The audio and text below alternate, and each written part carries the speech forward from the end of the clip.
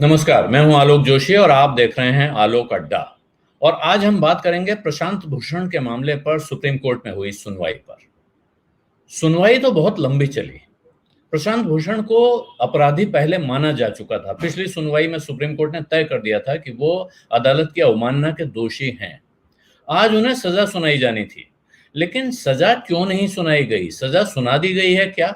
ये बात मैंने तो करीब 4.5 घंटे की वो पूरी कार्रवाई ध्यान से देखता रहा मैं उस वक्त, लेकिन मेरी समझ में नहीं आई। इसी को समझने के लिए एक कानून के जानकार हमारे साथ हैं और दूसरे हैं योगेंद्र यादव, जो स्वराज इंडिया अभियान के अध्यक्ष हैं, प्रशांत भूषण के साथ राजनीति कर रहे हैं।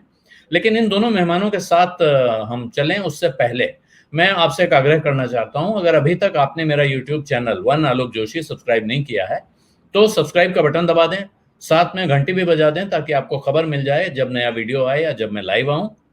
और इस वीडियो के लिंक अपने मित्रों परिचितों के साथ ज्यादा से ज्यादा शेयर करना न भूलें। इस वीडियो को लाइक करना भी न भूलें। और अब मैं आपको मिलवाता हूं अपने आज के दोनों मेहमानों से। मेरे साथ कोलकाता से जुड़े हुए हैं अविक साहा साहब। आप देख रहे हैं उनका नाम यहाँ लिखा हुआ है कि वो महासचिव हैं स्वराज इंडिया अभियान के, और कोलकाता से हमारे साथ जुड़े हुए हैं। लेकिन वो कोलकाता हाईकोर्ट के बहुत जाने माने वकील रहे हैं। और आज जिस वक्त योगेंद्र यादव जी स्वराज इंडिया अभियान की तरफ से लाइव आयोजन कर रहे थे, जो सामान्य स्थितियों में होता है कि अगर कोरोना नहीं होता तो शायद अदालत के बाहर धरना प्रदर्शन किया जाता या किसी और जगह पर जहां इस देश में धरना प्रदर्शन की इजाजत है वहां बैठा जाता।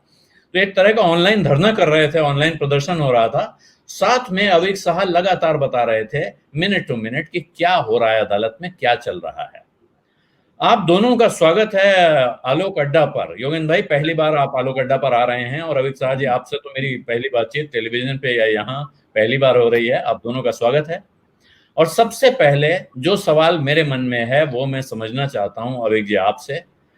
प्रशांत भूषण को सजा हुई कि नहीं? आज तो सजा होनी थी, तो हुआ क्या? नहीं, आज प्रशांत जी को तो सजा हुई नहीं। सुनवाई हुई सजा के बारे में, और सुनवाई शाम तक चला, जैसे आप जानते हैं, 3:30 बजे तक। और उसके बाद अभी कोर्ट बैठ के इसके बारे में सोचेंगे और इसके बाद सजा सुनाना होगा उनको। यदि बली करना होगा तो भी और एक तारीख चाहिए जिस दिन प्रशांत जी को फिर एक बार कोर्ट के सामने आना पड़ेगा। कम से कम यही इस देश की कानून की पद्धति है। इस वक्त मौजूदा पद्धति यही है। जी, आप कह रहे हैं ये पद्धति है। और योगेंद्र जी, क्या आपके मन में भी, जैसे मेरे मन में सवाल उठ रहा है, आपके मन में भी था? और खास तौर पे मैं आप दोनों को इसलिए इस चर्चा में लाया हूं कि आप दोनों प्रशांत भूषण के राजनीतिक सहयोगी हैं, उनके साथी हैं, और इसलिए आपसे इस बात का महत्व है। क्योंकि प्रशांत भूषण, मेरा ख्याल है, इसी वजह से तकनीकी तौर पर अब भी जब तक वो सुनवाई नहीं हो जाती है तो वो आकर इस विषय पर टिप्पणी करेंगे नहीं। लेकिन आप तो आजाद हैं। आज जो हुआ है अदालत में, हमने लगभग 4.5 घंटे जो बहस देखी सुनी, क्यों देखी तो नहीं, और लेकिन ट्विटर पर लगातार अपडेट्स आ रहे थे। और दो साइट्स हैं, बार एंड बेंच और लाइव लॉ, वो दोनों वो अपडेट कर रही थी, एक एक लाइन एक एक जो बोली जा रही हैं। उससे जो निष्कर्ष निकलता है उसके बाद आज आज की सुनवाई का क्या महत्व था, ये मेरी समझ में नहीं आया। क्योंकि अगर उनको दोषी साबित करना था तो वो हो चुके थे, सजा सुनानी नहीं थी, तो फिर आज क्या करने के लिए अदालत बैठी थी? सवाल बहुत अच्छा है और इसका जवाब किसी के पास नहीं है। आज अगर 4 घंटा सुप्रीम कोर्ट कार्रवाई देखने के बाद जवाब नहीं मिला तो कानून की भाषा में तो इसका जवाब नहीं है, तो मैं एक दूसरी भाषा का सहारा लेता हूँ। वो ये है कि इसको आप राजनीति की दृष्टि से देखिए। मैं समझता हूँ सुप्रीम कोर्ट ने अपने लिए पीछे हटने का दरवाजा बंद कर लिया था, ये कहते हुए कि आपको बिना शर्त माफी मांगनी होगी, और आगे बढ़ने का रास्ता उसके पास था नहीं। तो आगे खाई पीछे कुआं, और 4 घंटे तक सुप्रीम कोर्ट सोचता रहा कि कोई रास्ता निकल आए खाई और कुएं के अलावा। ये हो रहा था। कानूनी भाषा में आप जो मर्जी कह लीजिए, क्योंकि कानूनन तौर पे तो ये मामला 10 मिनट में निपट जाना चाहिए था। दोषी उन्हें करार दिया जा चुका था। दोषी कह रहा था कि हाँ, मैंने ये बात कही है। वो कह रहा था कि हाँ, कृपया मुझे आप सजा दीजिए कानून के हिसाब से। 10 मिनट, 20 मिनट, 25 मिनट में सजा दी जा सकती है। लेकिन कोर्ट एक रास्ता ढूंढ रहा था। किसी दूसरे ने टिप्पणी की कि प्रशांत भूषण को नहीं, कोर्ट को रिव्यू चाहिए, कोर्ट प्रशांत भूषण से रिव्यू करवाना चाह रहा है। बार बार हो क्या रहा था, बार बार हो रहा था, कोर्ट धमका रहा था, फुसला रहा था, मनुहार कर रहा था, हमसे माफी मांग। अब माफी मांगने वाले को तो मैंने मनुहार करते देखा है, माफी मंगवाने वाले को ऐसे मनुहार करते मैंने सामान्यतः नहीं देखा। बाकी अनुभव है जिंदगी, पता नहीं क्या कुछ दिखला दे हमारे को। ये हो रहा था, कुल मिला के कोर्ट ये ढूंढ रहा था कि कहीं प्रशांत भूषण बस माफी का मां तो बोल दे, बाकी हम खुद भर लेंगे और कह देंगे चलिए माफी मांग ली, माफ किया। और वो प्रशांत भूषण था जो अनुनय विनय के साथ सर झुका के कह रहा था, मैं आपका अदनासा सिपाही हूं, मैं आपके सामने कुछ नहीं हूं, तुच्छ हूं, लेकिन इस कोर्ट के सिपाही के रूप में मेरा फर्ज है कि मैं आपके सामने झूठी माफी न मांगूं। जिस चीज को मैं आज भी सच मानता हूं, उसके बारे में अगर मैं माफी मांगूं तो मैं आपकी अवमानना कर रहा हूंगा। ये अवमानना मैं नहीं कर सकता। सच अडिग था और बाकी सब कुछ हिल रहा था। और अंत में कोर्ट तय नहीं कर पाया। जो रास्ता ढूंढना चाह रहे थे वो रास्ता उन्हें मिला नहीं। हो सकता है अब शाम को कोई बैठकी हो जिसके अंदर कोई रास्ता निकाला जाए, कल परसों तक पता लग जाएगा। ये आपको मैंने गैर कानूनी भाषा में समझा दिया, कानूनी भाषा तो अभी भाई बताएंगे। जी, तो अविक भाई मैं आपके पास आना चाहता हूं फिर इस मामले पे, क्योंकि ये कानूनी भाषा में भी समझने और दो बातें हुई हैं। एक सबसे पहले हो गया, जिसके बाद आधे घंटे से ज्यादा का ब्रेक हुआ क्योंकि दूसरे मामले थे। वो जो केस मामला आज का मैटर नंबर 7 था, जिसमें 10-11 साल पुराने मामले पे प्रशांत भूषण के खिलाफ कार्रवाई होनी थी। उस मामले को तो टाल दिया गया। अदालत ने कहा, खासतौर पे जस्टिस अरुण मिश्रा ने कहा कि अब मेरे रिटायरमेंट का समय नजदीक है और मेरे लिए यह सुनना ठीक होगा कि नहीं पता नहीं, और इस वजह से इस मसले को कोई नई बेंच सुने तो बेहतर होगा। ये आज क्यों जागृति हुई, ये एक प्रश्न है। क्या इस पे सवाल बनता है? क्या आप इस पे टिप्पणी करना सही समझते हैं कि नहीं, ये आप जानेंगे। और दूसरा, जो आज के मामले में दो बड़े वकील अदालत में बोले और बहुत लंबा लंबा बोले। एक इस देश के अटॉर्नी जनरल, महान्यायवादी वेणुगोपाल साहब, और दूसरे डॉक्टर राजीव धवन, जो प्रशांत भूषण के वकील थे, लेकिन जिन्होंने अपनी बात की शुरुआत में साफ किया कि मेरी दोहरी जिम्मेदारी है। मैं एक ऑफिसर ऑफ द कोर्ट हूं, एक मेरा वो दायित्व है, दूसरा मेरा अपने मुवक्किल के प्रति दायित्व है। यानी मुझे अपने मुवक्किल को बचाना है, लेकिन उससे ज्यादा शायद या उससे बराबर का मेरा दायित्व ये भी है कि मैं इस संस्था की गरिमा की रक्षा करूं जिसमें हम सब बैठे हुए हैं या जिसमें हम सब शामिल हैं। उन दोनों ने जो बातें कही, उनमें क्या तत्व हैं, क्या महत्वपूर्ण बातें हैं जो आप नट शेल में बताना चाहेंगे? क्योंकि दर्शक सब 4.5 घंटे नहीं सुन रहे थे। हमारे दिमाग, मेरे खुद, क्योंकि मैं पूरे टाइम जुड़ा था उस कार्यक्रम से, खासतौर पे इसलिए कि मैं जानना चाहता था हुआ क्या है। कई बार छूट जाता है कि आप अदालत के फैसले पढ़ नहीं पाते हैं, लेकिन इसके बावजूद अभी मेरे मन में बहुत सारे सवाल हैं। जिसने कुछ नहीं सुना है उसको अगर आप बताएं, ये दोनों लोग अदालत को क्या कहने की, समझाने की कोशिश कर रहे थे? जी, आप जिस बात को उठाए उसको दो हिस्से में हम देखते हैं। एक तो वो 2009 वाला कंटेम्प्ट केस, जिसमें प्रशांत जी ने टहलका मैगजीन को इंटरव्यू किया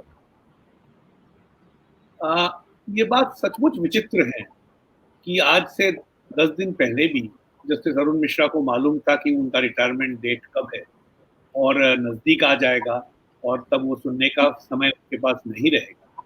लेकिन मैं एक बात, उस पॉइंट को नजरअंदाज करता हूँ, मैं उसको इग्नोर कर देता हूँ। उस केस में सचमुच इस देश का कंटेम्प्ट का कानून के ऊपर नया एक्सप्लेनेशन, व्याख्यान और रास्ता सीधा होने का एक संभावना है। कोर्ट ने खुद 3 विषयों को चिन्हित किया कि इन पर कोर्ट को डिसीजन देना चाहिए, और कल जो प्रशांत जी पिटीशन फाइल किए हैं उसमें और 10 सुझाव। तो कुल में इस समय कोर्ट के सामने 13 सुझाव।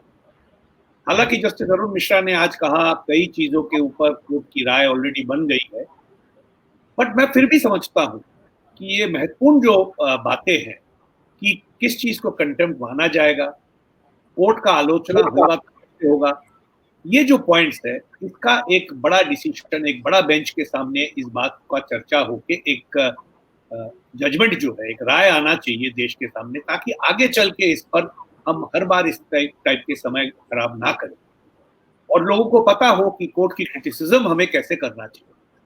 तो वो बहुत इंपॉर्टेंट केस है कानून के लिए और देश के सारे नागरिकों जी। दूसरा केस जो था उसमें लगभग स्पष्ट शब्दों में वेणुगोपाल जी ने बताया कि आपको प्रशांत जी को सजा नहीं देना चाहिए। उन्होंने जो कहा, हमारे 9 सुप्रीम कोर्ट के जजेस ने भी वही बात कहा कि सुप्रीम कोर्ट लोकतंत्र का रक्षा नहीं कर पाता है, सुप्रीम कोर्ट लोकतांत्रिक तरीके से नहीं चल रहे हैं। सबको याद होगा इस देश में कि 4 सिटिंग जजेस ने सुप्रीम कोर्ट के लॉन के ऊपर बैठ के प्रेस कॉन्फ्रेंस किया कि सुप्रीम कोर्ट लोकतांत्रिक प्रोसेस से नहीं चल रहा है और इससे लोकतंत्र का खतरा है। ये तो पब्लिक डोमेन में है, देश को मालूम है, दुनिया को मालूम है। तो जब वेणुगोपाल साहब ने कहा कि इनको इस बात का सजा नहीं दिया जाए। रही बात, फिर भी आपका मन में कोई दुख लगा हो, आपको लगा हो कि हमारा अपमान हुआ है, तो आप दिल को बड़ा कर लीजिए, आप इनको माफ कर दीजिए, इससे आगे इसको मत बढ़ाइए, इस केस को यही जो है ढक दीजिए, दफना दीजिए, आगे मत बढ़ाइए। डॉक्टर धवन लगभग ये बात इन बातों से सहमत होते हुए एक बहुत महत्वपूर्ण प्रश्न, मेरे नजर कई महत्वपूर्ण प्रश्न उठाया, लेकिन एक तो मेरा दिल में उन बात को मैंने ले लिया। वो कोर्ट से ये सवाल किए डॉक्टर धवन कि जब आप इनसे माफी मंगवा रहे हैं तो ये जरूर पलट के आपको पूछेंगे कि कौन सा ऐसा काम है जो मैं आगे ना करूं जिसके लिए मैं माफी मांग रहा हूं, और आप वो मुझे बता दीजिए। मेरे समझ में मैं तो कोर्ट का क्रिटिसिज्म किया था, क्या आप ये कह रहे हैं कि आगे चल के मैं कभी कोर्ट को क्रिटिसाइज ना करूं, तभी मेरा अपॉलॉजी, माफी जो है वो जेन्युइन होगा, और मैं अभी आप ही माफी मांग के और सजा से बली हो जाऊंगा और कल सुबह जाके फिर कोर्ट को क्रिटिसाइज करूंगा और फिर आपका कंटेम्प्ट दोबारा शुरू होगा। ये तो नहीं हो सकता है। ये जो सवाल डॉक्टर धवन ने किया, मेरे हिसाब से जजमेंट देते हुए, फिर ये बेंच को जजमेंट इनको देना पड़ेगा, सेंटेंसिंग करना पड़ेगा, ये बेंच के दिमाग के ऊपर, मन के ऊपर असर डालेगा, ऐसा मेरा समझ है। लगभग ये हुआ, आज सचमुच 4 घंटा लगा और हम सबको लग रहा था 10 मिनट में सजा हो जाना चाहिए, लेकिन कोर्ट का 4 घंटा समय जो इस वक्त लगा उसमें कानून के काफी जरूरी चीजें सामने आई, चर्चा हुई खुले मैदान में, और इतना इंटरेस्ट था इस केस में कि देश को भी पता चला। और सर, आदमी को तो कंटेम्प्ट ऑफ कोर्ट क्या होता है और कब उससे कोई मतलब नहीं होता है, लेकिन इसके चलते कंटेम्प्ट ऑफ कोर्ट, कोर्ट की एडमिनिस्ट्रेशन, इस वक्त देश में राजनीति, सब कुछ समझ में आया। और ये एक मैं तो कहूँगा एक larger lesson to the nation, देश को शिक्षा मिलने का मौका आया। तो उस संदर्भ में मैं इसको ठीक मानता हूँ। हालांकि एक बात जरूर है कि इस वक्त देश के सामने कानून का बहुत ही जरूरी चीज है। आप देखे हैं, ये कोविड समय में सुप्रीम कोर्ट ने ये आदेश दे दिया कि स्टूडेंट्स को एग्जाम में बैठना चाहिए, वो सही है, गलत है। माइग्रेंट वर्कर्स के बारे में सुप्रीम कोर्ट ने कुछ नहीं किया। तो बहुत इंपॉर्टेंट चीजें हैं, लेकिन संविधान बहुत जरूरी होता है। तो आज का जो हियरिंग था वो एक तरह से संविधान का व्याख्यान और संविधान की विश्लेषण का काम था। तो मैं इसको जरूरी समझता हूँ। जी, आपने ये सही कहा आपने कि उसमें जो बातें आई हैं वो बहुत जरूरी हैं, लेकिन उसमें कुछ बहुत गंभीर बुनियादी सवाल भी उठ गए हैं। और मेरा ख्याल है योगेन जी, आप जो सवाल, जैसे उन चर्चाओं में जो बातचीत आई है उससे ये लग रहा है कि अगर ये मामला आगे बढ़े और इस पर गहराई से चर्चा हो, क्योंकि अंत में जो सॉल्यूशन 2 जगह सुझाए गए, सॉलिसिटर जनरल, माफ कीजिएगा, अटॉर्नी जनरल की तरफ से जो सुझाव दिया गया कि इस मामले को कैसे बंद किया जा सकता है, और राजीव धवन साहब की तरफ से भी जो सुझाव दिया गया, उसमें कुछ ऐसा है कि अब आप मान लीजिए कि ये मामला बंद हो गया है, प्रशांत भूषण माफी मांगने को तैयार नहीं है, इसको भी आप फेट कंप्लाई मान लीजिए, और कुछ ऐसा करिए कि आपकी नाक किसी तरह बची रह जाए। आप कहिए कि उसमें दूसरे लोग हैं जो इन्वॉल्व हैं, जो अपना डिफेंस नहीं कर सकते हैं, इसलिए इनकी दलील को भी एडमिट नहीं किया जा रहा है और इस केस को खत्म किया जाता है। इनके खिलाफ चाहें तो आप इन्हें चेतावनी दे दें कि आगे से ये सावधान रहें अपनी बातचीत करने में और फैक्ट्स को करेक्ट रखें। ये क्या एक बड़े डिबेट को, जो डिबेट दरअसल खुल के होनी चाहिए, अब जो हाल हो गया है उसमें, और जो जस्टिस अरुण मिश्रा की खुद की बातचीत में है कि हमें बहुत सारे इन्स एंड आउट्स पता हैं, लेकिन क्या हम उन्हें लेके समाज में जाते हैं? तो भाई अगर आपको पता है और आप समाज में लेकर नहीं जाते हैं तो आप किसका भला कर रहे हैं, हमारा, समाज का या अपना? बिल्कुल, बहुत सही बात पूछी आलोक जी आपने। आज बहुत कुछ, मैं फिर बड़ी साधारण भाषा में कहूँ, 2 टोकरियाँ उनके सामने पड़ी थी। एक तो 2009 वाली टोकरी थी, जिसमें था कि भई देखिए कैसा बड़ा उल-जलूल आरोप लगाया है। लेकिन टोकरी खुली और मेरे ख्याल से जज साहिबान को समझ आ गया कि मधुमक्खी का छत्ता है। इसमें हाथ दोगे तो भैया पता नहीं क्या होगा। तो उन्हें समझ आ गया कि पिछले 9 साल से इस छत्ते को बंद करके क्यों रखा गया था। और कोर्ट ने एक सुंदर सा शब्दावली ढूँढ ली है कि अब इस वाली टोकरी को बंद करके ऊपर वाले तल्ले पे रख दो और कोई अगला आदमी देखेगा। मुझे नहीं पता 10 सितंबर को भी सुनवाई इसकी होगी या नहीं होगी, हो सकता है उसके बाद भी टल जाए। जब 9 साल से नहीं टलते हुई, कारण था ना, प्रशांत भूषण ने उसमें वो तथ्य लिख रखे हैं, जो सुनने में कोई भी सुप्रीम कोर्ट का जज 2 बार सोचेगा कि भाई बात निकलेगी तो दूर तलक जाएगी। ये तो पहला केस था। दूसरे केस में सोचा होगा कि देखिए ये तो बिल्कुल सेटल्ड मामला है, दोषी करार दिया हुआ है और आमतौर पे जब सेंटेंसिंग की होती है सुनवाई, अवीक भाई बेहतर बताएँगे, आमतौर पे वहाँ वकील आके कहते हैं कि देखिए मेरा मुवक्किल बड़ा शरीफ आदमी है, इसको थोड़ी-सी सज़ा कम कर दीजिए ना, बड़ा अच्छा बच्चा है, बड़ा ठीक से बिहेव करेगा, आप ये भी देखिए, वो भी देखिए, देखिए गलती हो गई, अनजाने में हो गई। वो होने की बजाय आज मामला एकदम पलट गया और उसमें केवल प्रशांत भूषण नहीं, अवीक भाई बिल्कुल सही कह रहे हैं, वेणुगोपाल जी के इंटरवेंशन से एकदम लगा कि अरे इस देश में तो महान्यायवादी नामक कोई संस्था भी है। ये तो भूल गई थी दुनिया कि महान्यायवादी कोई संस्था इस देश में होती है और वो सरकारी वकील नहीं है, वो सरकारी वकील के ऊपर है, सुप्रीम कोर्ट के जज के बराबर का व्यक्ति होता है महान्यायवादी। उनके इंटरवेंशन से और जिस स्पष्ट रूप से उन्होंने कहा, मेरे ख्याल में 2-3 दिन से वो काफ़ी कुछ झेल रहे हैं। 2 बार कोर्ट में बैठा के रखा महान्यायवादी को, बोलने नहीं दिया गया। बोले तो चुप करवा दिया गया। तो आज शायद वो सोच के आए थे कि आज तो मैं बोलूँगा और जब वो बोले उन्होंने बाकी सबकी बोलती बंद करवा दी। वास्तव में तो ये हुआ और उसके बाद राजीव धवन, मैं तो सलाम करता हूँ, मैंने संदेशा भेजा राजीव धवन जी को, आज शाम को मैंने संदेशा भेजा, प्रशांत जी, आपके तो गले लगना चाहता हूँ और राजीव धवन का पाँव छूना चाहता हूँ। क्या शानदार तर्क दिए। मैं समझता हूँ हिंदुस्तान के लॉ स्कूल में अगले 20 साल तक वो आर्ग्यूमेंट पढ़ाए जाएँगे, केस का जजमेंट कुछ भी हो, किसी को सजा मिले, लेकिन राजीव धवन ने आज जिस स्तर पे सवालों को उठाया, उन सवालों को अगले 20 साल तक इस देश में पूछा जाएगा। और मुझे अफ़सोस हुआ कि उसके जवाब में जज साहब ने जो बातें कही, वो शायद उस स्तर की नहीं थी, जैसा आपने अभी बताया। एक स्टेज पे जज साहब कह रहे थे, "अरे! अगर आपको हमारे बारे में 4 बात पता है, तो इसका मतलब आप कहीं प्रेस को बता देंगे। मुझे भी तो आपके बारे में 4 बात पता है।" अब ये बिल्कुल वही मामला है जैसे कोई कॉन्ट्रैक्टर और कोई अफ़सर कहता है कि बाबूजी मुझे भी आपके बारे में 4 बात पता है और अफ़सर कहता है देखिए मेरे भी कॉन्ट्रैक्ट में कुछ है। छोड़िए ना टेबल के नीचे आप भी अपना रखिए, ढक के आप भी रखिए, मैं भी ढक के रखता हूँ। अब ये कोई कॉन्ट्रैक्टर और अफ़सर बात करें तो समझ आता है। ये सुप्रीम कोर्ट के जज एक अदालत में ये बात कहें, मुझे तो ये सुन के शर्म आ रही थी कि ये बात सुप्रीम कोर्ट कह रहा है कि तुम मेरी ढक लो, मैं तुम्हारी ढक लूँगा। ये कोई भाषा है इस देश में सुप्रीम कोर्ट में बात करने की? मुझे शर्म आ रही थी, लाज आ रही थी। मैं इच्छा चाहता था कि कृपया ऐसा मत बोलिए, सुप्रीम कोर्ट बहुत बड़ी चीज़ है, मंदिर है, उस मंदिर में ऐसी बातें क्यों कह रहे हैं आप? इस तरह की बात हुई और आखिर में हमारे जज साहब ने बोला, "अच्छा ये बताओ तुम्हें माफ़ी शब्द में क्या बुराई है?" बहुत विचित्र स्थिति थी। जज साहब कह रहे थे देखो, जो माफ़ी माँगता है वो बहुत बड़ा आदमी बन जाता है। महात्मा गांधी हमेशा माफ़ी माँगने को तैयार थे। एक तो जज साहब इस बात को भूल गए, महात्मा गांधी झूठ पे कभी भी, सच पे कभी माफ़ी नहीं माँगते थे। महात्मा गांधी के शब्द थे कोर्ट के सामने, ना मैं आपसे दया माँगता, ना मैं आपसे कोई रहम की भीख माँगता, आप मुझे कृपया सज़ा दीजिए। शायद जज साहब ये भूल गए। और यूँ भी ये कहना, किसी व्यक्ति को कहना है, तो स्कूल के अंदर टीचर करते थे ना, आपको ध्यान होगा स्कूल के अंदर टीचर ऐसा खेल करते थे, हमारे स्कूल में हुआ करता था कि टीचर किसी लड़के को मुर्गा बना देते, तो लड़का मुर्गा तो बन जाता था, लेकिन पीछे से देखता हुआ क्लासमेट्स को देखते हुए आंख मारा करता था कि कोई बात नहीं, टीचर ने कर दिया, मेरे पे क्या असर पड़ता है। क्या सुप्रीम कोर्ट ऐसे काम कर देना चाहता?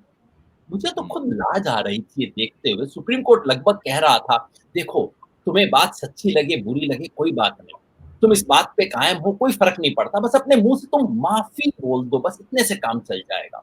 और इसके लिए गांधी और पता नहीं कितने कितने बड़े शब्दों को मैला कर रहा था सुप्रीम कोर्ट का की वो बेंच। मुझे बहुत शर्म आई ये सब सुन। तो एक सवाल इससे जुड़ा हुआ ही बनता है, क्योंकि गांधी का जिक्र हुआ और गांधी के बारे में तो मशहूर है, मैंने 3-4 दिन पहले ट्वीट किया था कि इस वक्त चंपारण का वो मजिस्ट्रेट याद आ रहा होगा सुप्रीम कोर्ट को, जिसके सामने गांधी जी ने खड़े होकर यह स्थिति पैदा कर दी थी कि अंत में उन्हें अपनी जेब से जुर्माना भरना पड़ा और गांधी जी को रिहा करना पड़ा। लेकिन गांधी का नाम आया। प्रशांत भूषण ने ट्वीट किया कि आप मुझे गांधी न बनाएं, मैं गांधी नहीं हूं, मैं बहुत आभारी हूं उन सबका जो मेरे साथ हैं, लेकिन मैं गांधी नहीं हूं। राजीव धवन साहब ने आज कहा कि साहब ऐसा आप करेंगे तो फिर वो विक्टिम बन जाएंगे और शहीद हो जाएंगे, और वो शहीद बनना नहीं चाहते हैं।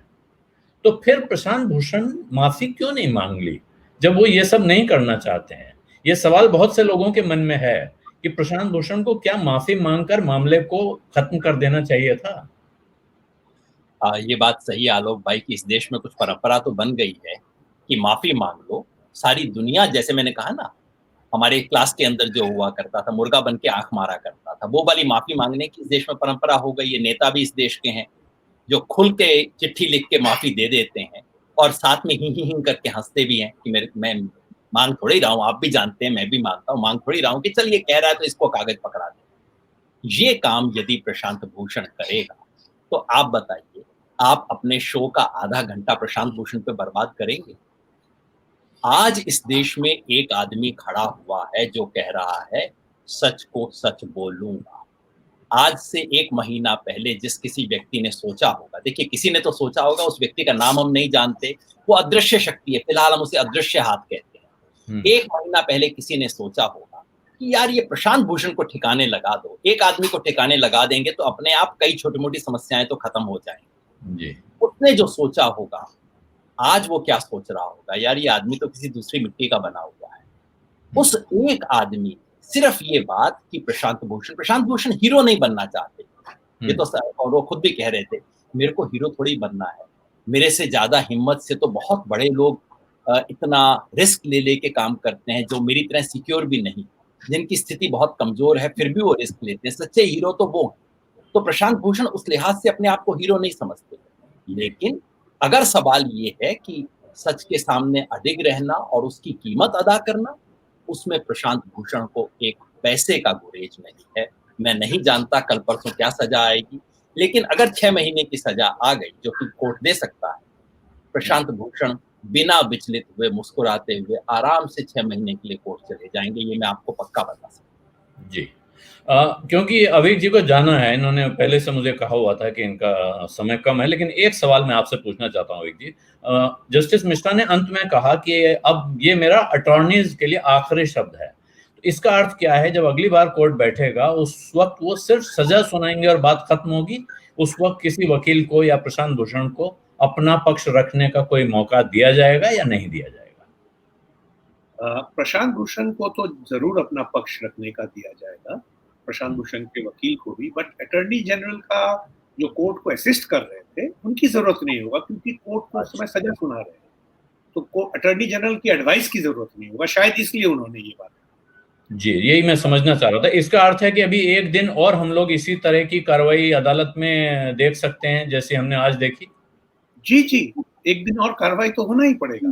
सजा सुनाने के लिए मुजरिम को कोर्ट के सामने पेश करना होगा और कोर्ट को मुजरिम को सजा सुना के पूछना पड़ेगा, हमने जो सजा दिया आप समझे हैं? तो आपको कुछ कहना है क्या अपने पक्ष में? ये सारा एस्टैब्लिश्ड प्रोसेस है। मैं एक बात कहना चाहता हूँ कानून के बाहर, प्रशांत जी हीरोइज्म और गांधी के बारे में। माफी ऐसा एक शब्द है जो आप अपने लफ्ज से नहीं कहते, वो आत्मा से आपको कहना पड़ता है। शायद वो कुछ कम शब्दों में है जो आप आत्मा से उसको उच्चारण करते हैं, और आत्मा सबका है, उसके लिए महात्मा बनना जरूरी नहीं। प्रशांत जी अत्यंत साधारण आदमी है, बहुत हंसी मजाक में रहते हैं और कभी भी अपने सीरियसनेस को सीरियसली नहीं लेते हैं। वो प्रशांत जी इतना ही कोर्ट को पूछे, क्या मैं झूठ बोल के अपने आप को बलि करके आपको खुश कर सकता हूं? सवाल इतना था, इसमें कोई हीरोइज्म नहीं था और इसमें प्रशांत जी कोई खुद ही वो कहे हैं कोई मैं महात्मा गांधी और मंडेला के साथ आप कैसे हमको तुलना कर रहे हैं, ये तो उनका इंसल्ट हो रहा है, ये मत कीजिए। तो ये है प्रशांत भूषण।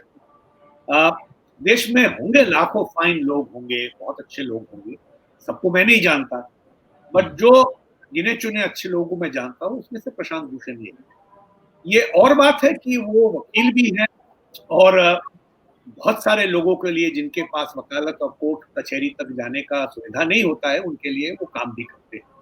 लेकिन फाइनली उनका आत्मा जो कहता है वो वही कर रहे हैं और उनका आत्मा इस वक्त उनको झूठ कहने के लिए मना कर रहा है। वो अरुण मिश्रा जी का कहने से थोड़ी झूठ हो, अरुण मिश्रा जी को खुश करने के लिए वो मिट्टी के, जैसे योगेंद्र जी ने शब्द यूज किया, उस मिट्टी के प्रशांत भूषण को बने हुए जी। अब आप धन्यवाद अवैध जी। आप तो योगेंद्र भाई, अब एक सवाल, ज्यादा वक्त आपका भी नहीं लूंगा, लेकिन आपसे एक सवाल पूछना बनता है मेरा। ये सच की लड़ाई जिसको कह रहे हैं, ये आज ये बड़ी लड़ाई हो गई है, और बड़ी लड़ाई शायद इसलिए नहीं हो गई है कि प्रशांत भूषण इसको इस जगह पहुंचाना चाहते थे, ये संयोग से पहुंच गई है। उन्होंने जब वो ट्वीट किया था मोटरसाइकिल की तस्वीर वाला, जिसको ट्विटर ने हटा रखा है फिलहाल, मैंने आज ट्विटर पे देखा तो उसमें लिखा हुआ है कि ये टेक्निकल कारणों से, लीगल कारणों से इसको विदहोल्ड किया गया भारत में, यानी भारत के बाहर शायद लोग देख पा रहे हैं, लेकिन इंडिया में वो टेक्निकली रोक दिया गया है, जब तक शायद इस केस का फैसला नहीं आएगा, वो दिखाया नहीं जाएगा। उस वक्त तो प्रशांत भूषण ने क्या सोचा होगा कि इस पर इतनी लंबी लड़ाई हो सकती है, इस पर मुझे सुप्रीम कोर्ट जाना पड़ सकता है और मेरे जेल जाने की नौबत आ सकती है। इस किस्से को जहां ये किस्सा आज पहुंचा है, इसे पहुंचाने के लिए प्रशांत भूषण को श्रेय दिया जा सकता है या नहीं? सच बात यह, प्रशांत जी इतनी स्पष्टवादिता से हर तीसरे चौथे दिन कुछ ना कुछ बात कहते रहते हैं। प्रशांत भूषण इसीलिए है कि वो सही बात कहते हैं। एक दिन किसी को पसंद नहीं आती। एक समय में आपको याद है मनमोहन सिंह सरकार कितना परेशान थी प्रशांत भूषण से, क्योंकि प्रशांत भूषण 2G की बात कर रहे थे, 3G की बात कर रहे थे, कोलगेट की बात कर रहे थे, इन सब चीजों की बात हो रही थी। तो अपनी स्पष्टवादिता प्रशांत भूषण हमेशा करते हैं। उनके साथी भी परेशान होते हैं, कभी कभी हम लोग भी परेशान हो जाते हैं, अरे प्रशांत जी ने क्या बोल दिया। लेकिन दो बातें, कभी झूठ नहीं। अगर थोड़ी सी भी त्रुटि प्रशांत जी के बोलने में आती है, वो 1 घंटे में तुरंत कहते नहीं ये तो गलती हुई, वापस लिया उन्होंने। कोर्ट में भी कहा। तो ये नहीं है कि प्रशांत भूषण कुछ भी बोल के माफी नहीं मांगेगा। उन्होंने 1 साल पहले वेणुगोपाल जी से एक टेक्निकल मिस्टेक प्रशांत जी की थी, उन्होंने कोर्ट में कहा मेरी भूल है, मुझसे भूल हुई, ये जेन्युइन मिस्टेक है मेरी। 2 महीना पहले बाबा रामदेव की कंपनी के बारे में कुछ कह दिया, बाद में पता लगा टेक्निकली उनकी कंपनी नहीं है। प्रशांत जी ने 1 घंटे में कहा कि नहीं मेरी तो भूल है। सो प्रशांत भूषण स्पष्टवादी हैं, अपने प्रमाण के प्रति बहुत केयरफुल हैं, संजीदा हैं, बस वो ये करते हैं। इसके अलावा इस सवाल पे सरकार को बुला के कहना कि आओ तुमसे पंगा लूंगा, ऐसी उनकी कोई बिल्कुल नियत नहीं थी। ये तो जैसे मैंने कहा, किसी व्यक्ति ने अचानक जुलाई के महीने में सोचा कि ये वक्त आ गया है प्रशांत भूषण को ठिकाने लगाने का, और उसने ये भी सोचा होगा ठिकाने लगाने के लिए क्या कुछ किया जा सकता है। ये भी सोच लिया होगा कि फला बेंच में जाएगा तो मामला तो सेट है, वहां तो हो ही जाएगा। और ये तो सोचा होगा जब पूरी की पूरी सुप्रीम कोर्ट की बेंच किसी वकील को खड़ा हो करके बोलेगी माफी मांगो, मैं समझता हूं लाख में से शायद कोई एक आधा बिरला ही होगा जो कहेगा नहीं सर माफी तो नहीं मांगो। और संयोग ये है कि उन्होंने उस एक बिरले व्यक्ति को ही पकड़ लिया। और आमतौर पे क्या होता है राजनीति वगैरह में, ये एक आदत पड़ जाती है आपको सोचने की कि हर व्यक्ति का दाम है, प्राइस है, किसको कितने दाम में खरीदा जा सकता है। और दिन रात कभी एमएलए खरीद रहे हैं, कभी किसी को खरीद रहे हैं, तो आपको आदत पड़ जाती है कि हर एक को किसी को खरीदा जा सकता है, किसी को धमकाया जा सकता है, किसी को फुसलाया जा सकता है। फिर अचानक जब ऐसे व्यक्ति से आपका पाला पड़ता है जो ना धमकाने में न आए, ना फुसलाने में आए, ना लालच में आए, तो आपको समझ नहीं आता कि आप करें क्या? और इस प्रक्रिया में अचानक प्रशांत भूषण का कद बड़ा हो गया है। और इसमें एक और चीज़ का कंट्रीब्यूशन है जिसका ज़िक्र हमने नहीं किया है। वो ये है आज का संदर्भ। अगर आज हमारे लोकतंत्र में इतना शून्य ना होता, अगर हमारे ऑपोजिशन के लीडर्स, देश के तमाम लीडरान का कद इतना छोटा ना होता, तो हो सकता है प्रशांत भूषण का ये एपिसोड इतना बड़ा ना होता। लेकिन इस अंधकार में जहाँ एक तरफ लगता है बहुत लोगों को कि देश की तमाम संवैधानिक संस्थाएं एक के बाद एक चौपट होती जा रही हैं, जहाँ लग रहा है कि ये तो बिल्कुल इमरजेंसी जैसा अंधकार छा रहा है। ऐसे में उस अंधकार में जब एक छोटा सा दिया जल उठता है, तो आपके वो आवाज आ जाती है, अंधकार में एक प्रकाश, जय प्रकाश, जय प्रकाश। कुछ वैसा दिया टिमटिमा उठा है। कुछ प्रशांत भूषण के बारे में कुछ वो बात आ गई है। अचानक अंधकार में एक दिया है और सारे लोग उस पे पंखा चला रहे हैं, दबा रहे हैं, वो दिया है कि जले जा रहा है। तो ये जो पृष्ठभूमि है इस देश की, उसने भी इस बात को एक बड़ा अनूठा बना दिया है और इसमें कोई शक नहीं है। जैसे किसी ने कहा कि अंधेरे आकाश में नैतिकता के बल्लम से एक छेद कर दिया और अचानक उसमें से रोशनी टपकने लग गई। ये बहुत बड़ी बात हुई है। अभी ये तो मानना गलत होगा कि उस बड़ी अदृश्य शक्ति का मुकाबला इसके जोर पे किया जा सकता है, लेकिन इस अंधकार में एक दिया का टमटमाना छोटी बात नहीं। उस दिए के प्रकाश से हो सकता है कुछ और दियों में भी हिम्मत चली जाए। जी, उम्मीद की एक किरण है जो काफी हौसला जगाती है। और ये बात भी ध्यान देने वाली है, जो बात मेरा ख्याल है अदालत के सामने जब वो इस पर चिंता का फैसला कर रही है, विचार कर रही थी, तो उसके सामने ये बात जरूर आई होगी कि हजारों लोग हैं इस देश में, हो सकता है हजारों से ज्यादा हों, हजारों तो मैं देखता हूं, जो कह रहे हैं कि जो प्रशांत भूषण ने कहा मैं वही दोहराता हूं, और अगर अदालत कोई कार्रवाई करना चाहती है, वो सजा देना चाहती है, तो मैं भी वो सजा भुगतने के लिए तैयार हूं जो सजा आप प्रशांत भूषण को देना चाहते हैं। यानी ये खौफ निकल गया है बहुत से लोगों के मन से कि अदालत कोई सजा देगी और हम अवमानना में फंस जाएंगे। इससे बड़ी बात हुई आलोक जी, ये बहुत बड़ी बात है कि ये जो डर था, ये अचानक, डर क्या होता है? डर मानसिक होता है, डर बाहर नहीं होता, डर हमारे अंदर होता है। जो योगेंद्र जी जैसे कह रहे हैं, डर हमारे अंदर होता है, डर कोई बाहर नहीं होता है। और उनकी बात जहां पे खत्म हुई वहीं से मैं आगे इस कार्यक्रम को भी खत्म करना चाहता हूं। लेकिन उससे पहले मैं आपसे इजाजत चाहता हूं, आपसे आग्रह करना चाहता हूं कि आप अगर मेरा YouTube चैनल वन आलोक जोशी अभी तक आपने सब्सक्राइब नहीं किया है, तो सब्सक्राइब का बटन दबा दें, साथ में घंटी बजा दें ताकि आपको खबर मिल जाए कब नया वीडियो आया, कब मैं लाइव आया। इस वीडियो को लाइक भी कीजिए, अपने मित्रों के साथ शेयर भी कीजिए। और ये ध्यान रखिए, इस प्रकरण ने आपको ये दिखाया है कि आपको जो सही लगता है उसे सही कहने में गुरेज नहीं करना चाहिए। उसके लिए अगर हमेशा आप डरते रहेंगे, घबराते रहेंगे, तो एक वक्त आएगा जब आप मुसीबत में होंगे और कोई आपका साथ देने को खड़ा नहीं होगा। धन्यवाद, नमस्कार।